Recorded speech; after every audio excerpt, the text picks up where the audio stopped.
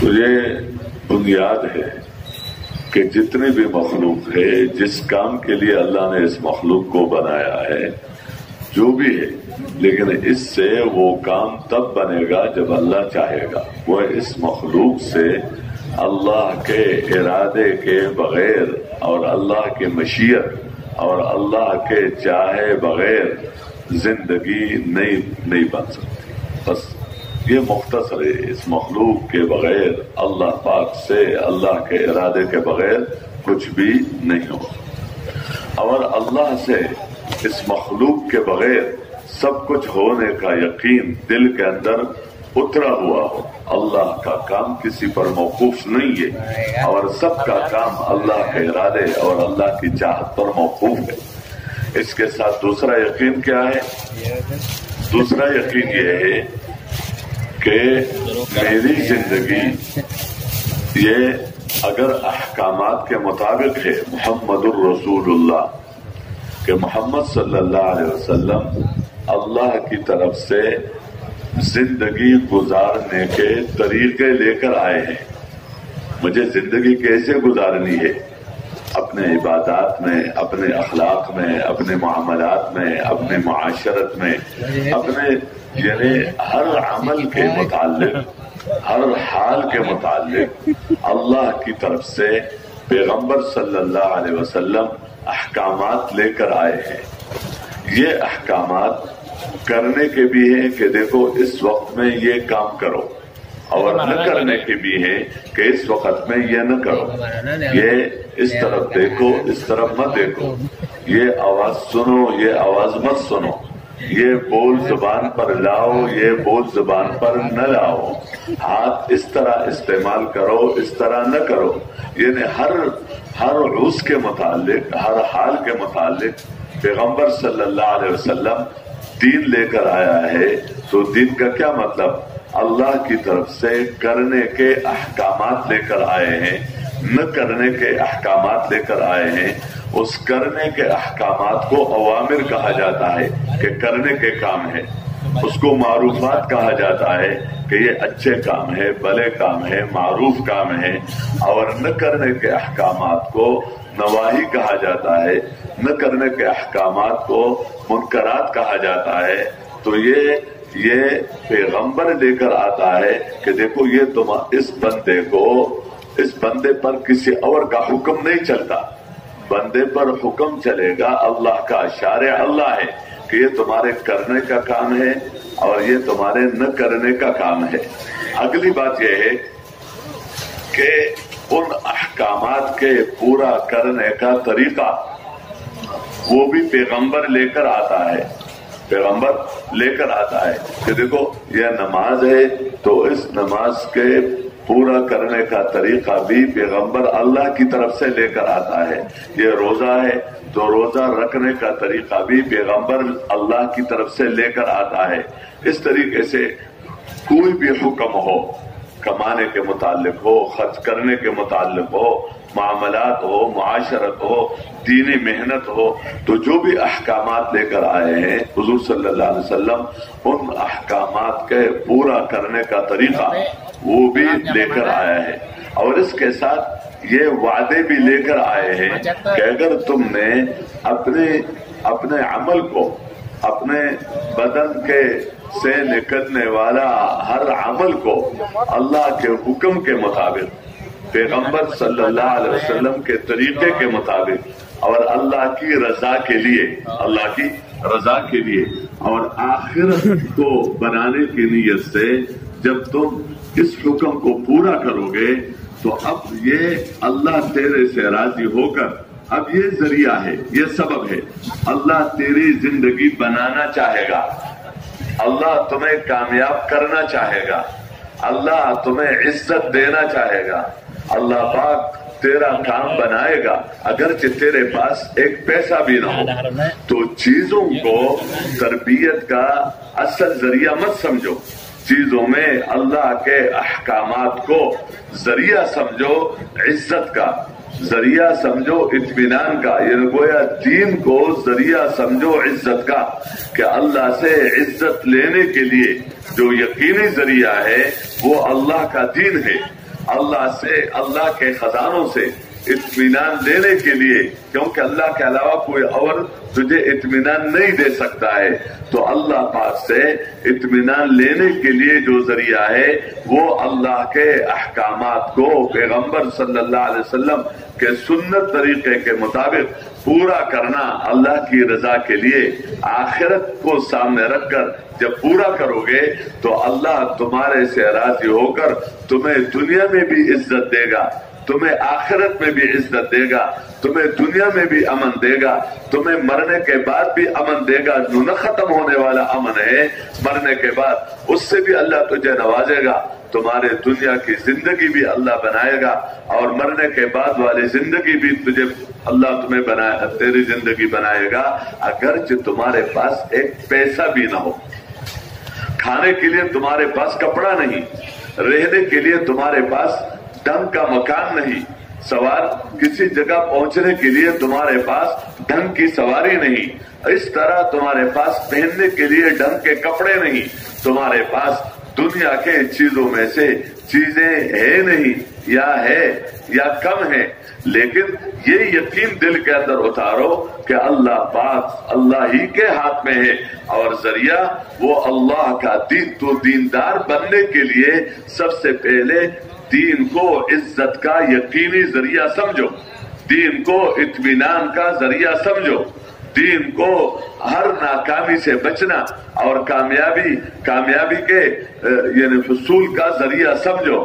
اس لیے میرے محترم دوستو، یہ بنیاد ہے، جتنا یہ بنیاد مضبوط ہوگا اتنا بندے کا دین مضبوط ہوگا، اور جتنا یہ بنیاد کمزور ہوگا اتنا بندے کے اندر دین کے اعتبار سے کمزوری ہوگی، کبھی حکم پورا کرے گا کبھی نہیں کرے گا، بعض گناہوں سے بچ سکے گا بعض گناہوں سے نہیں بچ سکے گا، یہ سب کمزوری اس کمزور یقین کی وجہ سے اور ایمان کے اندر ضعف کی وجہ سے پھر اس کا ظہور ہوگا انسان کی زندگی میں، اور اس کمزور دین کی وجہ سے یعنی دین کے اندر نقصان کی وجہ سے یہ بندہ دنیا میں بھی پریشان ہوگا، اور پھر مرنے کے بعد آخرت کے بعد بھی اگر پریشانی دنیا میں اس مصیبت کی وجہ سے ختم یعنی وہ ختم نہیں ہوئی یعنی وہ گناہ اور بھی زیادہ ہے تو پھر آخرت میں بھی پریشان ہوگا۔ اس لیے دونوں جہانوں میں کامیابی کے لیے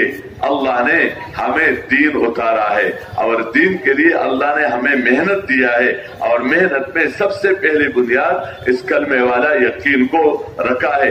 اس لیے سب نبیوں نے امت پر دین پیش کرنے سے پہلے امت کو اس یقین کی طرف بلانا، یہ ہر نبی کا سب سے پہلا کام تھا۔ کسی بستی میں، کسی شہر میں، کسی علاقے میں دین کی اقامت کے لیے ہر ایک پیغمبر نے لوگوں کو اس یقین کی طرف بلایا، یہ ہر ایک پیغمبر کا مشترکہ کام ہے۔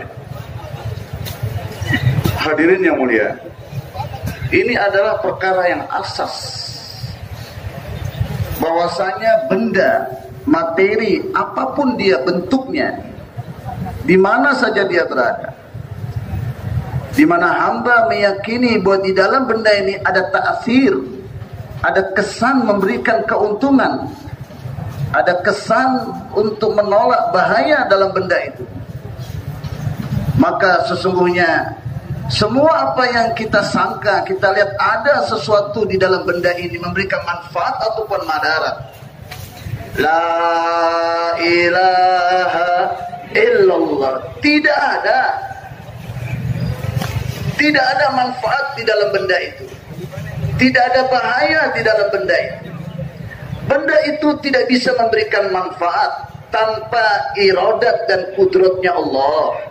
Benda itu apapun dia bentuknya tidak bisa memberikan bahaya tanpa iradat dan kudratnya Allah Subhanahu wa taala.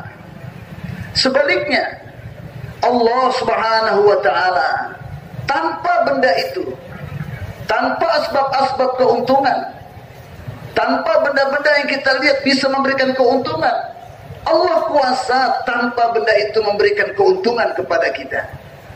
Allah kuasa memberikan bahaya tanpa adanya benda-benda yang membahayakan di sekitar kita. Karena Allah memberikan manfaat dan bahaya dengan iradat dan kudratnya. Olehnya itu, semua benda-benda dan materi untuk menzahirkan manfaat dan bahaya mauqufah, bergantung kepada Allah Subhanahu wa taala. Sedangkan Allah Subhanahu wa taala zat yang mutlak iradat dan kudratnya, tidak bergantung dengan asbab apapun daripada makhluk-makhluknya untuk menzahirkan iradat dan kudratnya, untuk menzahirkan apa yang Allah inginkan dalam mentarbiyah, membentuk dan menjaga serta memelihara apa yang dikehendaki oleh Allah. Allah buat semua dengan kudrat dan iradatnya, tanpa asbab sekalipun Allah kuasa. Inilah hadirin perkara yang asas pertama untuk diusahakan masukkan ke dalam hati kita, bahwa Allah yang kuasa, tanpa apa-apa, kuasa buat apa saja. Sedangkan makhluk apa saja tanpa Allah tidak bisa berbuat apa-apa. Perkara ini bagaimana masuk ke dalam hati kita yang paling dalam, keyakinan yang benar kepada Allah, kepada iradat dan kudratnya Allah Subhanahu wa ta'ala. Para hadirin, Muhammadur Rasulullah sallallahu alaihi wasallam, yaitu hadirin, bahwa para anbiya alaihi salatu wassalam di setiap masa dan zaman yang diutus oleh Allah Subhanahu wa taala di satu kampung, satu daerah, satu kaum, ini bahwa nabi-nabi dan rasul yang diutus, mereka bukan datang membawa asya dari sisi Allah Subhanahu wa taala, tapi para anbiya alaihi salatu wassalam dari sisi Allah membawa awamir, dari sisi Allah membawa din, membawa agama, membawa amal. Itu yang dibawa oleh para anbiya alaihi salatu wassalam. Atau dengan kata lain, membawa thariqul hayah, membawa cara hidup. Bagaimana seorang hamba menjalankan kehidupan yang disukai oleh Allah Subhanahu wa taala. Bagaimana hamba menjalankan ibadah. Bagaimana hamba bermuamalah. Bagaimana hamba bermuasyarah, bagaimana hamba berhubungan satu dengan yang lain dengan manusia, dan bagaimana hamba berhubungan satu dengan yang lain dengan perantaraan kebendaan. Para anbiya alaihi salatu wassalam datang dari sisi Allah Subhanahu wa ta'ala membawa awamir.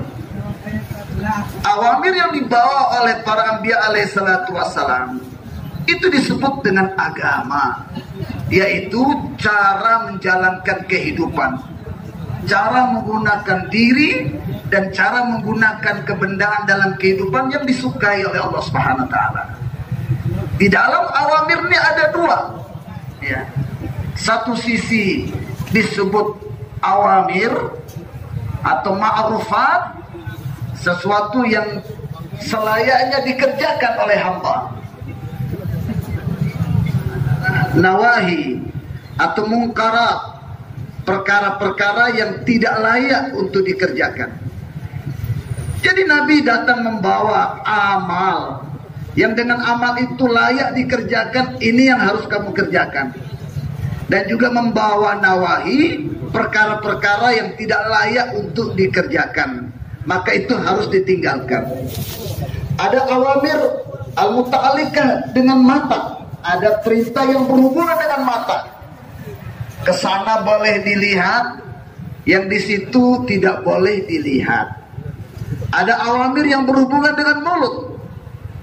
Kalimat ini boleh diucapkan, sedangkan kalimat yang begini nggak boleh diucapkan, maka ditinggalkan. Ada awamir yang berhubungan dengan pendengaran. Kalimat-kalimat yang seperti ini boleh didengar, maka buka telingamu. Sedangkan kalimat-kalimat yang seperti ini nggak boleh kamu dengar, maka tutup telinga kamu. Jadi awamir senantiasa ada dua sisi, yang harus dikerjakan hendaknya dilaksanakan, dan awamir berupa nawahi yang harus ditinggalkan, hendaknya kita tinggalkan perbuatan-perbuatan mungkarat tadi. Kemudian hadirin, di samping para anbiya membawa awamir atau agama dari sisi Allah Subhanahu wa ta'ala, para anbiya alaihi salatu wassalam juga membawa thariqah, membawa cara menggunakan amr tadi. Bukan umat dipersilakan menjalankan perintah semaunya gewe, semaunya sendiri, tidak. Tetapi para anbiya pun datang dari sisi Allah mengajarkan. Setelah tahu bahwa ini perintah, bagaimana menjalankan perintah itu? Setelah tahu bahwa ini larangan, maka Nabi pun mengajarkan bagaimana cara meninggalkan larangan itu. Jadi bukan sekedar taat, tapi melaksanakan perintah Allah itu dengan arahan dari Allah Subhanahu wa taala yang telah dicontohkan, dipraktekkan oleh para anbiya alaihi salatu wassalam. Poin yang kedua. Poin yang ketiga, para anbiya alaihi salatu wassalam pun datang dari sisi Allah berupa mawaid. Jadi ada awamir, ada mawaid. Datang dari sisi Allah membawa perintah dan larangan. Juga nabi-nabi datang dari sisi Allah membawa janji-janji. Jadi beserta awamir ada mawaid. Allah tidak sekedar menyuruh kita, tapi Allah hubungkan ketaatan. Kalau kita taat pada perintah Allah tadi, apa janji-janji Allah yang akan diberikan kepada kita? Allah Subhanahu wa taala tidak sekedar melarang kita, tapi apa janji Allah yang akan kita dapati? Atau apa ancaman dari Allah kalau kita tidak meninggalkan larangan itu? Inilah ketiga poin yang dibawa oleh para anbiya alaihi salatu wassalam. Hadirin yang dimuliakan Allah Subhanahu wa taala. Apabila hamba kalimat juz yang kedua meyakinkan dalam hati bahwasanya Allah yang kuasa, selain Allah tidak ada yang kuasa. Olehnya itu pemberi hanya Allah. Selain Allah yang tidak punya apa-apa, tidak mungkin memberi kepada kita.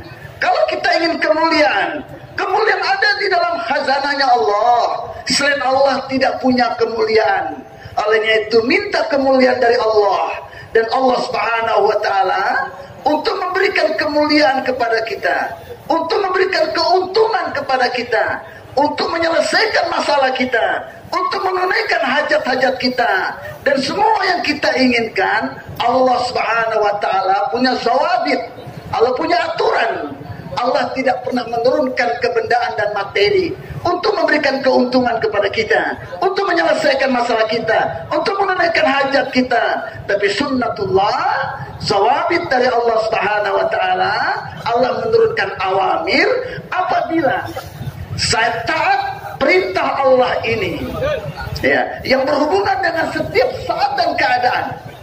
Saya tidak boleh melihat benda, karena benda ini tidak ada apa-apanya.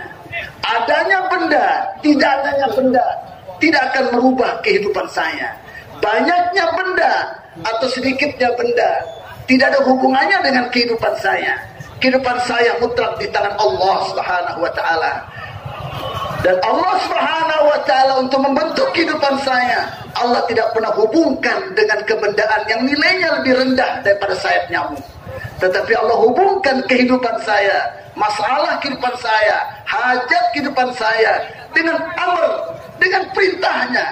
Olehnya itu apabila saya taati perintah Allah dengan cara yang dicontohkan oleh Rasulullah SAW, bukan ikut maunya sendiri, bukan ikut cara sendiri, tapi imtisalul awamir, mentaati perintah Allah, ikut cara yang dicontohkan oleh Rasulullah SAW. Ya, dan ketaatan saya kepada perintah Allah ikut cara Rasulullah SAW tadi dengan meletakkan akhirat di depan saya, untuk membangun akhirat saya, bukan untuk membangun dunia yang sementara dan kecuping ini, tapi untuk membangun kehidupan akhirat. Maka saya yakin bahwasanya amal ini, perintah ini untuk menghasilkan izzat, untuk menghasilkan kemuliaan, untuk menghasilkan keuntungan, untuk menyelesaikan masalah, untuk terpenuhinya hajat saya, bahwa amrullah atau agama adalah asbab hakiki untuk mendapatkan semua yang saya inginkan tadi. Tapi saya harus meletakkan akhirat di depan saya. Saya harus menjalankannya ikut cara yang dicontohkan oleh Rasulullah SAW. Baru janji-janji Allah akan diberikan kepada saya. Janji-janji Allah akan pasti Allah tunaikan kalau saya melaksanakan perintah ikut cara Rasulullah SAW, tapi harus meletakkan akhirat di depan. tidak meletakkan dunia di depan.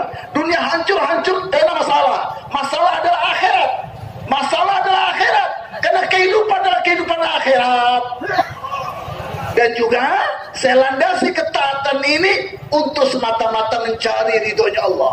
Saya taati perintah Allah, cara Rasulullah untuk membangun akhirat dan untuk menyenangkan Allah. Karena kalau Allah tidak suka dengan saya, kalau Allah murka sama saya, hancur dunia dan akhirat saya. Untuk itu ketaatan saya untuk menyenangkan Allah Subhanahu wa ta'ala. Inilah asbab hakiki, sedangkan benda-benda materi asbab tipu-tipu. Ini keyakinan la ilaha illallah Muhammadur Rasulullah. Bagaimana masuk ke dalam hati diperlukan usaha. Olehnya itu sejauh mana keyakinan la ilaha illallah Muhammadur Rasulullah ini masuk ke dalam hati kita yang dalam, akan wujud kekuatan dalam mengamalkan agama. Sejauh mana lemah fondasi iman pada hati kita, maka akan wujud juga kelemahan dalam pengamalan agama.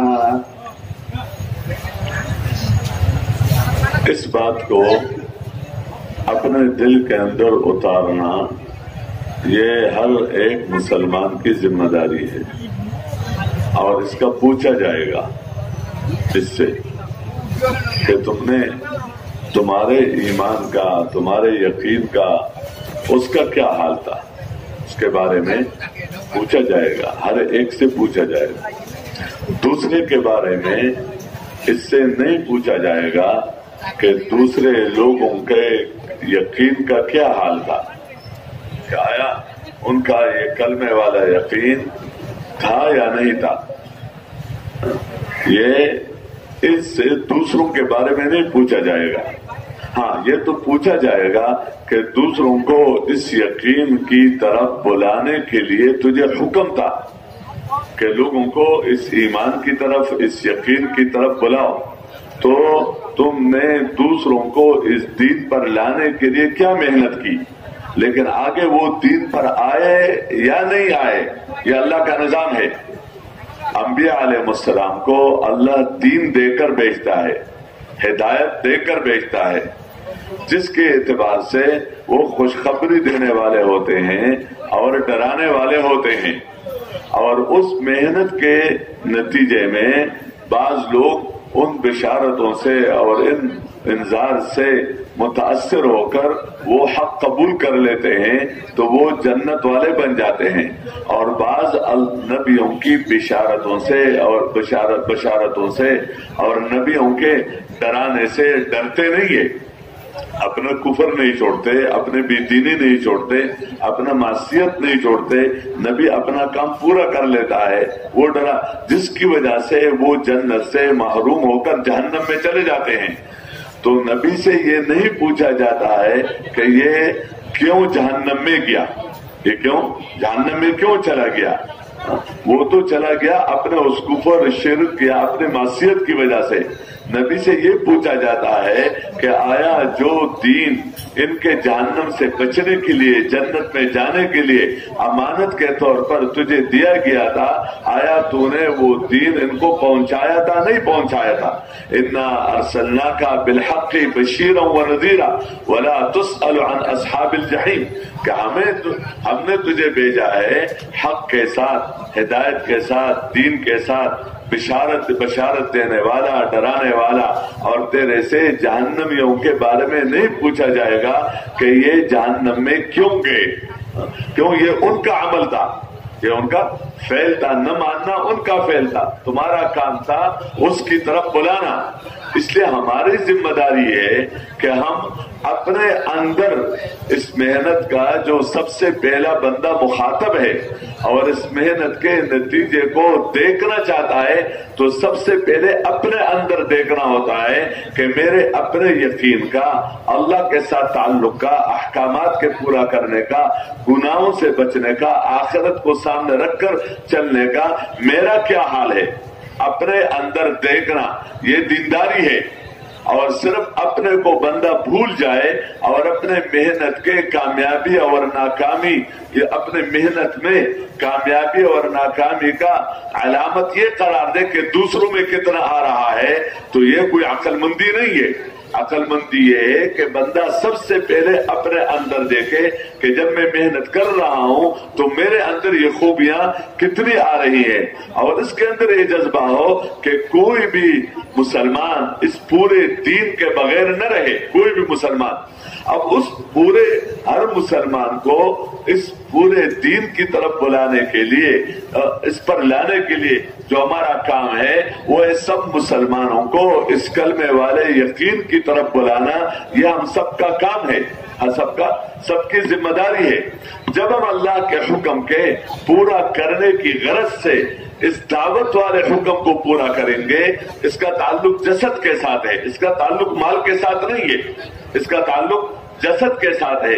جب ہم اپنے لوگوں کے پاس جا کر جہاں تک ہم جا سکتے ہیں اور اپنی زبان سے اپنی نیت کر کے اپنے دل کے اندر اتارنے کے لیے جب دوسروں سے ہم یہی بات کہیں گے، اور جو کوئی بھی اس بات کو کہتا ہے اس کو اپنے کو محتاج اور ضرورت مند سمجھ کر اس بات کو سنیں گے، اور ہم اسی اللہ کی قدرت، اللہ کی عظمت، اللہ کے اس کے صفات کے بارے میں ہم فکر مند ہوں گے۔ ہمارا دماغ بھی اس پہ چلے گا، ہمارا کام بھی اس پہ استعمال ہوگا، ہمارے زبان بھی استعمال ہوگا، اور ہم جس چیز کو بھی دیکھیں گے اسی نظر سے دیکھیں گے کہ اس چیز کا بنانے والا اللہ ہے، اس کا تربیت کرنے والا اللہ ہے، اس کے اندر جو خوبی ہے وہ خوبی اللہ ہی نے رکھا ہے۔ اس سے وہ ہوگا جو اللہ چاہے گا، اگر اللہ چاہے گا تو اس چیز سے وہ فائدہ ہوگا، اللہ نہیں چاہے گا تو نہیں ہوگا۔ اس طرح جب بندہ اپنے دماغ کو اور اپنے کان کو اور اپنے آنکھ کو اور اپنے زبان کو اپنے دل کے اندر اتارنے کی نیت سے جب اس بات کو لوگوں کے پاس جا کر تکلیفیں اٹھا کر مشقتیں اٹھا کر مارے پھرتا ہے اور اللہ سے دعا مانگتا ہے تو یہ اور اس دعوت کو اور یہ لوگوں کے پاس جانے کو اور اس یقین کی طرف بلانے کو اللہ کا حکم سمجھ کر اللہ کی رضا کے لیے آخرت کے بنیاد پر اس کو سمجھے کہ یہ دعوت دینا یہ میری تربیت کا ذریعہ ہے، یہ میری عزت کا ذریعہ ہے، یہ میری دنیا میں بھی زندگی بننے کا ذریعہ ہے، لیکن میں اس لیے دعوت نہیں دے رہا ہوں کہ مجھے دنیا میں اطمینان ملے اور مجھے دنیا میں عزت ملے، کیونکہ دین کا کام بندہ دنیا میں عزت کے لیے یا دنیا میں مقام کے لیے یا دنیا میں مال و دولت کے حصول کے لیے یا دنیا میں اپنے ضرورتوں کے پورا کرنے کی نیت سے نہیں کرتا۔ دین کا کام تو بندہ اس طرف آخرت کے بنیاد پر کرتا ہے، لیکن یہ یقین رکھتا ہے کہ جب میں اس طرح کروں گا اللہ راضی ہو کر اللہ مجھے دنیا میں کامیاب کرے گا، آخرت میں بھی کامیاب کرے گا۔ اس میں بندے کا زیادہ سے زیادہ وقت لگے، اس لیے کہ اس کا ہم سب سے زیادہ محتاج ہے، اور اس میں لگنا یہ ہمارے مسائل کا حل ہے اور ہمارے دنیا اور آخرت میں زندگی بنانے کا یقینی ذریعہ ہے، اور یہ کام حق ہے اس کے لیے، اور اس کا حق ہے کہ ہم اپنے آپ کو زیادہ سے زیادہ اس کی طرف ہم متوجہ بھی ہو اور اس میں اپنی جان زیادہ سے زیادہ لگانے والے بن جائیں۔ Sebelumnya hadirin, beliau mengatakan olehnya itulah Allah Subhanahu wa Ta'ala memberikan kepada kita agama dan usaha atas agama. Maka para anbiya alaihissalatu wassalam sebelum menawarkan agama, kerja mereka adalah usaha untuk membetulkan keyakinan, karena ini fondasi dan asas kaum akan dapat mengamalkan agama dengan sempurna apabila masuk ke dalam hati mereka keyakinan kepada kalimat ini. Jadi sebanyak mana keyakinan atas kalimat ini masuk ke dalam hati, maka akan ada ta'alluq diri ini dengan awamir. Sebanyak mana masuknya keyakinan atas kalimat ini ke dalam hati, sebanyak itu akan zahir amal-amal agama dari anggota tubuh manusia tadi. Dan sebanyak itu juga akan ada kekuatan untuk menolak segala kekufuran, kemaksiatan, kefasikan yang muncul dari anggota tubuhnya. Tapi manakala keyakinan atas kalimat ini melemah, maka hubungan anggota tubuh dengan agama, dengan awamir akan semakin melemah, sehingga anggota tubuh bebas berbuat maksiat, malas beribadah kepada Allah Subhanahu wa taala. Itu hadirin yang dimuliakan Allah Subhanahu wa taala. Tugas kita sebagai orang yang beriman, semua kita, bagaimana kalimat ini masuk ke dalam hati kita yang paling dalam. Bagaimana terjadi perubahan atas keyakinan kita. Adapun orang lain berubah keyakinannya. Yang kedua, nanti dia berubah jazbah dalam kehidupan kita.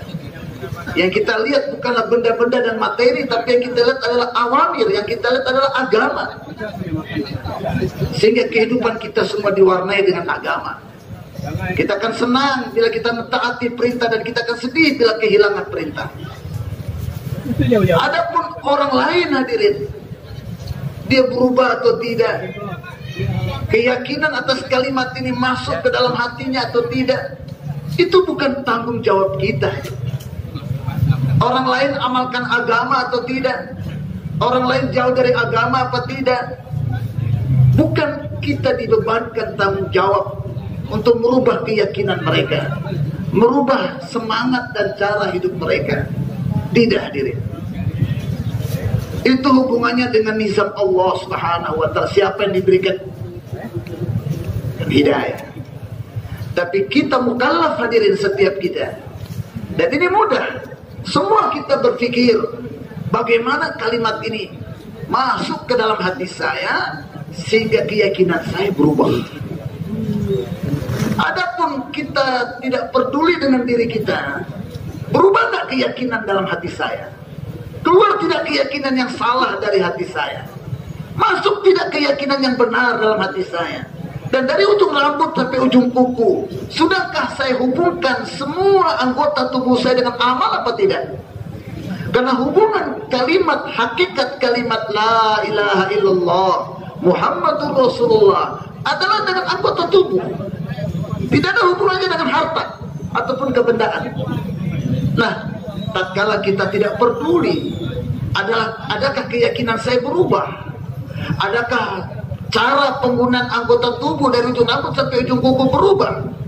Dan kita mulai sibuk memikirkan orang lain. Si fulan yakinnya udah berubah atau belum tuh?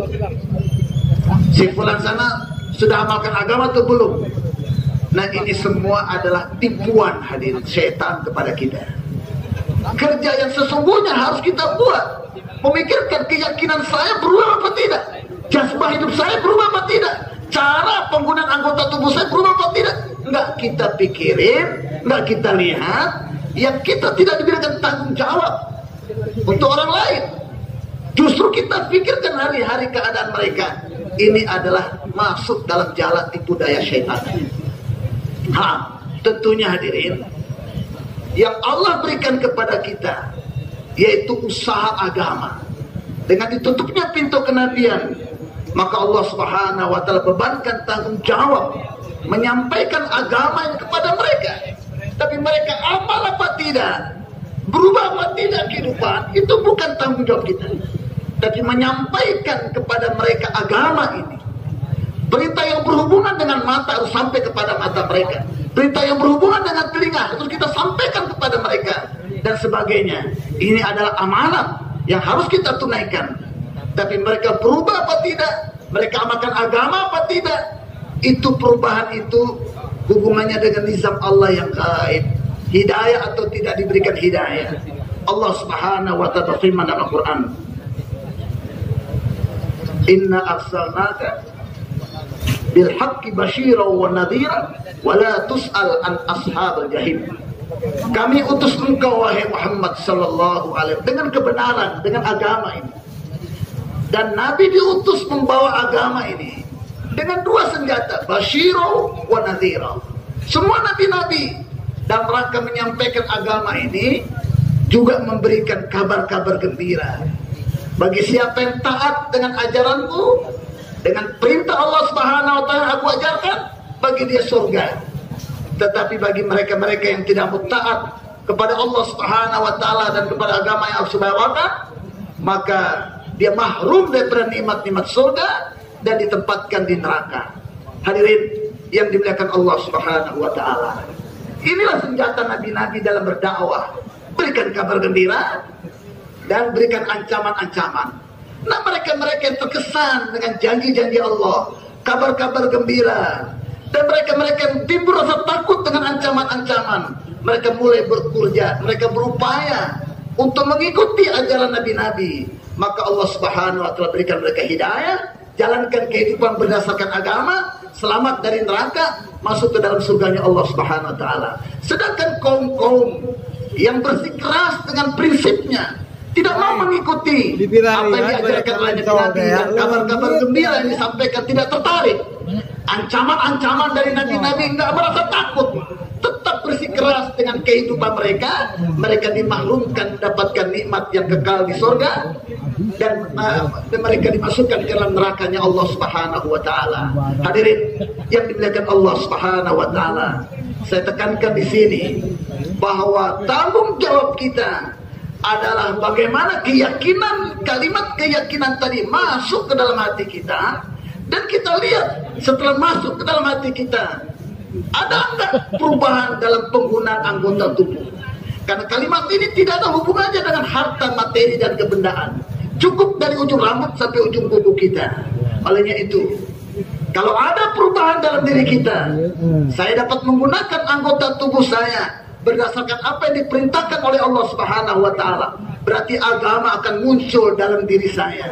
Saya mudah mengamalkan agama yang diperintahkan oleh Allah berdasarkan cara yang dicontohkan oleh Rasulullah sallallahu alaihi wasallam. Berarti agama wujud dalam kehidupan saya. Bila agama wujud dalam kehidupan saya, maka Allah ridho kepada saya. Karena agama merupakan perkara yang sangat dicintai oleh Allah Subhanahu wa taala. Dan Allah perintahkan saya untuk jalankan kehidupan mengikuti apa yang dikehendaki oleh Allah. Maka saya jalankan, gunakan seluruh anggota tubuh saya seperti yang Allah kehendaki, maka Allah ridho dengan saya. Tapi hadirin, perkara yang sangat penting dalam perkara agama atau dalam kerja agama, jangan sedikit pun kita niati untuk membentuk kehidupan duniawi kita. Tapi dalam perkara dan kerja agama, palingkan perhatian kita dari dunia dan arahkan, asaskan kerja agama kita untuk membangun akhirat, meletakkan akhirat di depan kita, tapi penuh dengan keyakinan. Penuh dengan keyakinan. Tadi kita dasari ketaatan kita untuk membangun akhirat dan ridhonya Allah Subhanahu wa taala, bukan untuk membangun dunia. Di sini ikhlas harus kita hadirkan, tapi kita juga harus hadirkan keyakinan, ihtisaban, bahwa bila saya taat perintah Allah yang berhubungan dengan seluruh anggota tubuh saya, dan saya letakkan akhirat di depan saya, Allah ridho dengan saya. Allah ridho dengan saya. Bila Allah ridho dengan saya, pasti dan pasti, bukan akhirat saja Allah bangun untuk kehidupan saya, di dunia pun Allah akan bangun kehidupan saya dengan amal agama ini. Dan ini adalah asbab hakiki untuk mendapatkan kemuliaan, untuk tarbiyah, untuk membangun kehidupan saya dunia dan akhirat. Olehnya itu hadirin, berarti kita adalah sosok orang yang paling berhajat dengan dakwah iman ini hadirin. Diri kita adalah punya hak yang terbesar dibandingkan dengan orang lain, agar kita selamat dari neraka, selamat dan kita masuk dalam surganya Allah, selamat dari berbagai macam huru-hara dan penderitaan yang kekal abadi di akhirat, dan selamat daripada berbagai macam musibah yang silih berganti di dunia yang sementara ini. Dan berapa banyak keinginan saya, hajat-hajat saya, semua juga akan terpenuhi apabila saya dapat amalkan agama dengan sempurna, dan itu tidak akan mungkin kecuali masuk keyakinan yang benar atas kalimat tadi ke dalam hati saya. Olehnya itu, tanpa harta, materi dan kebendaan dan asbab-asbabnya, cukup anggota tubuh ini. Pertama, telinga. Saya cari majelis-majelis iman dan yakin. Dengarkan dengan penuh tawajuh, merasa berhajat supaya masuk ke dalam hati yang paling dalam. Majelis yang berbicara Allah yang kuasa, selain Allah sok-sok kuasa, Selain Allah, tanpa Allah tidak bisa berbuat apa-apa. Sedangkan Allah tanpa apa-apa, kuasa buat apa saja. Allah buat segalanya dengan kudratnya, tidak bergantung dengan makhluk. Sedangkan semua makhluk tidak menzahirkan manfaat dan madaratnya, berhajat dan bergantung kepada Allah Subhanahu wa taala. Di sisi Allah ada dengan tidak ada sama. Di sisi Allah banyak dan sedikit sama, karena Allah buat dengan kudratnya. Allah tidak pernah buat sesuatu dengan asbab. Hadirin yang dimuliakan Allah Subhanahu wa taala, hajat kita, maka kita dengarkan pembicaraan ini dengan sungguh tawajuh. Kemudian apa yang kita sudah dengar, kita jumpa setiap orang dan katakan kepada mereka apa yang sudah kita dengar. Apa yang sudah kita dengar berjam-jam tadi, kalimat-kalimat iman. Sekarang kita gunakan mulut kita, katakan, saudara, Allah yang kuasa. Selain Allah tidak ada yang kuasa. Selain Allah, tanpa Allah tidak bisa berbuat apa-apa. Sedangkan Allah kuasa buat apa saja tanpa apa-apa. Allah tidak bergantung dengan asbab. Dan semua asbab kecil maupun besar, sedikit ataupun banyak, tidak bisa berbuat apa-apa tanpa Allah Subhanahu wa taala. Apa yang diinginkan oleh asbab tidak akan jadi. Apa yang diinginkan oleh Allah pasti jadi. Ini yang kita dakwakan hari-hari. Berjam-jam capek-capekkan mulut kita, dengarkan, capek-capekkan telinga kita. Di malam hari rona-dona bertahe, nangis-nangis, minta kepada Allah sambil muraqabah dan zikirkan kalimat ini. Esok harinya, di siang hari, pandang segala sesuatu dengan pandangan iman. Jangan lihat yang sekarang, awalnya lihat dan akhirnya. Dulu dia tidak ada, akhirnya juga tidak ada. Sekarang yang ada, sebagaimana wujudnya bergantung kepada Allah, fana dan akhirnya bergantung kepada Allah. Sekarang pun benda ini, apa yang ada di dalamnya tidak bisa berbuat apa-apa. Tidak akan wujud apa yang dia kehendaki, akan wujud apa yang dikehendaki oleh pencipta benda-benda itu. Sehingga kita tidak akan terkesan kepada benda itu. Sebaliknya kita akan melihat apa yang dikehendaki oleh Allah pada diri saya dalam benda itu. Allah ingin hubungkan benda itu dengan amal atau awamir. Bila saya taati perintah Allah untuk membangun akhirat, supaya Allah ridho dengan saya, maka Allah Subhanahu wa taala walaupun tanpa benda ini, dengan benda ini atau hilangnya benda itu, Allah akan selesaikan masalah saya dengan iradat dan kudratnya. Allah tarbiyah saya, Allah bentuk kehidupan saya dengan kudratnya. Tapi saya taati perintah bukan untuk menyelesaikan masalah dunia, tapi saya yakin masalah saya dunia dan akhirat akan selesai. Sebab saya telah memilih asbab hakiki. Inilah asbab hakiki dakwah ilallah, dalam menyelesaikan semua masalah, dalam menunaikan semua hajat. Merasa berhajat karena asbab ini adalah asbab hakiki untuk menjayakan kita, membahagiakan kita, menyelesaikan semua masalah kita. Allah.